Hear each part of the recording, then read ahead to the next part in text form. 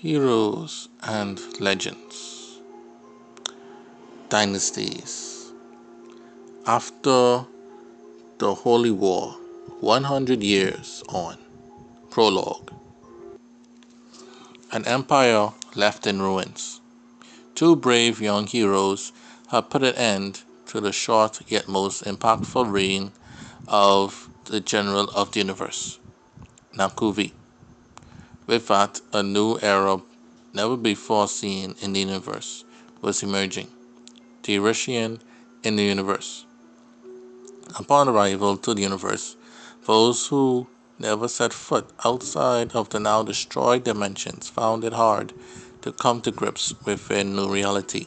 Some died of shock, some perished by Nakovi's power, others landed in wild areas where beasts gave chase. It was a state of mass confusion and chaos. Those whose heritage was from a particular power went to that galaxy or planet, while others with no connection to the universe were set to random livable planets across the universe. For example, the people of the UDN proper found themselves on an Earth-like planet somewhere in the Milky Way galaxy to call home. For the Elders and Rishians alike, they had their own galaxies to run. These galaxies didn't have any main powers to run or inhabit them, so they took refuge there. Our two young heroes, Damien II and Catherine, both became leaders of their respected forces. Soon the two would marry, and thus joined the once isolated and sometimes hated or feared Irishans with the elders and their faith. This move shocked some of the elder allies, as they had lost so many of their fellow men and women alike to the Irishans. To just accept them just like that was an affront to them and to their dead, while others saw it as a start of a new era, as Naqvi was dead and it was his leadership that killed them, not the Irishans. Because of this, the following allies left the elder forces to join their universal counterparts. They were of the Guardian Seafal, Baha Bankaran, the Fidel and Commonwealth of Bankaran respectively. However, they still kept the faith, but disagreed with the Holy Emperor, as they saw him following his flesh more than reason. The Penta and Temple Scholastica, along with the main elder forces, stayed with the empire. The Risi,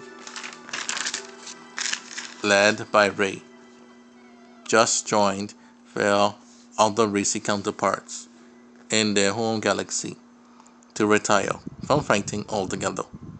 Aliyah Super and Stanley were getting married, and the old Risi leader Shane had given reins to his son, now ruler of two galaxies, that being Zephyr from his now past mom Laura, and Risi from his father. The time to end the fighting for both galaxies was nigh at hand. With this move, all of the former galaxies of Anjosaka, of the once Anjoskan Empire, had now retired. Damien II blessed Ray's decision to leave, as he would go out to preach and to teach the gospel to all in these galaxies. The Temple Scholastica would control the Scholastican galaxy, while their former rivals turned allies, the Toya dynasty of the Irishian, would control the Borsha galaxy respectively in Sudamantian space. The Milky Way galaxy wasn't too far off from there, and so they formed a tri-alliance surrounding a certain group. For you see, Kibana, the leader of the Baha and head of the UDN, corrected her late father's mistake and rejoined with the elders in alliance. In the other side of the universe, the Penta led by Era Midwin now ruled all of the houses of Penta.